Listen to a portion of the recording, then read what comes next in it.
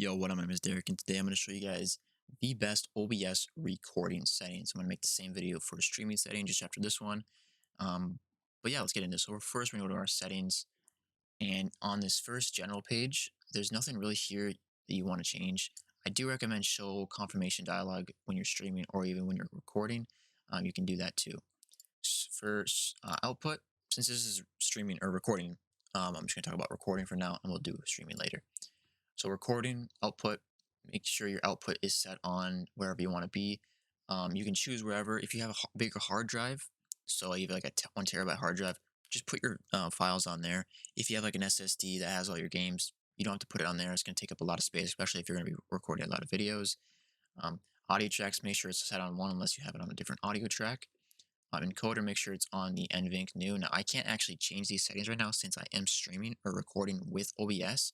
So just make sure this is set on NVENC and make sure it's the new NVENC encoder. Rescale, don't have to worry about that. Just make sure it's set on 1080p. Custom mixer settings, there's nothing there to change. Now for file type, mine's set on MP4 right now. You can use MKV if you have multiple audio tracks. As you can see right here, it gives you a huge warning right here. And you can also remux them. To do that, just go to your file and then just do remux recordings right here. And then if you have it set it automatically, it automatically do that. So whenever you're recording, if you have MKV on, what it will do is it will record an MKV, save the file in MKV, and then I'll remux it automatically to MP4. So you're going to have a lot of space taken up with 2 videos that you don't need. So I just recommend doing MP4 unless you have multiple audio tracks or need multiple audio tracks.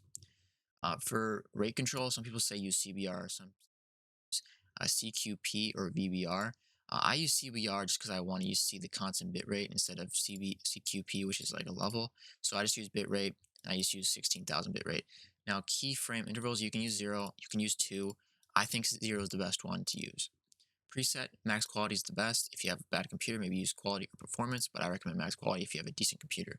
You should be fine because this is basically meant off of your GPU too. So profile, make sure that's set on high. Look ahead, make sure that's on.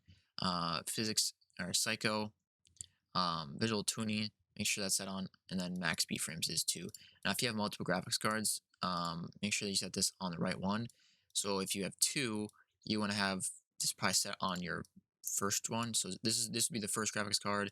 If you have another one, you put that to 1. 99% people won't have to worry about that. The next thing is audio. Now there's audio right here. This is just for bitrate, so you don't have to worry about that.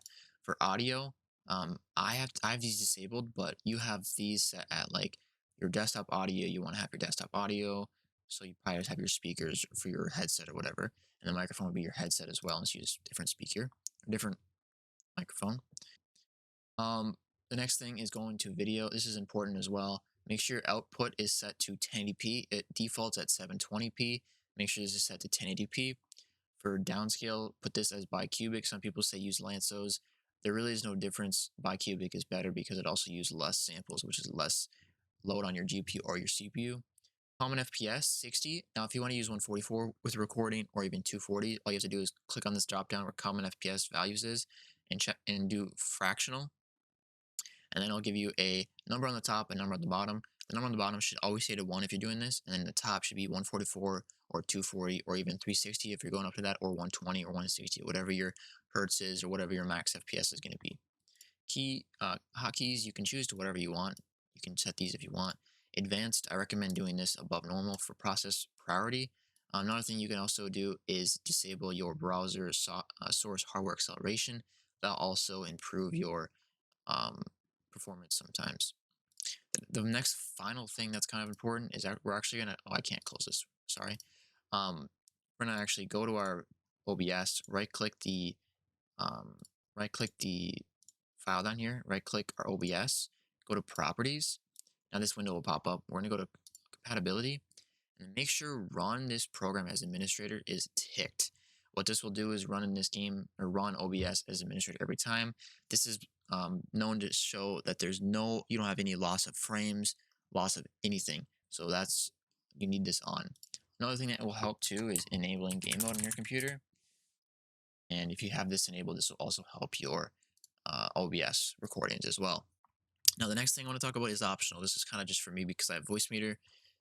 What you can do with your voice meter audio mix is you can add specific audio inputs. So, for instance, if I want Spotify right here, right? Let's say I'm recording a video, I have Spotify playing in the background, but I don't want my video to have Spotify.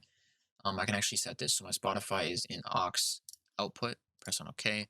Now I'm not going to play Spotify audio, but this is where Spotify audio would go through.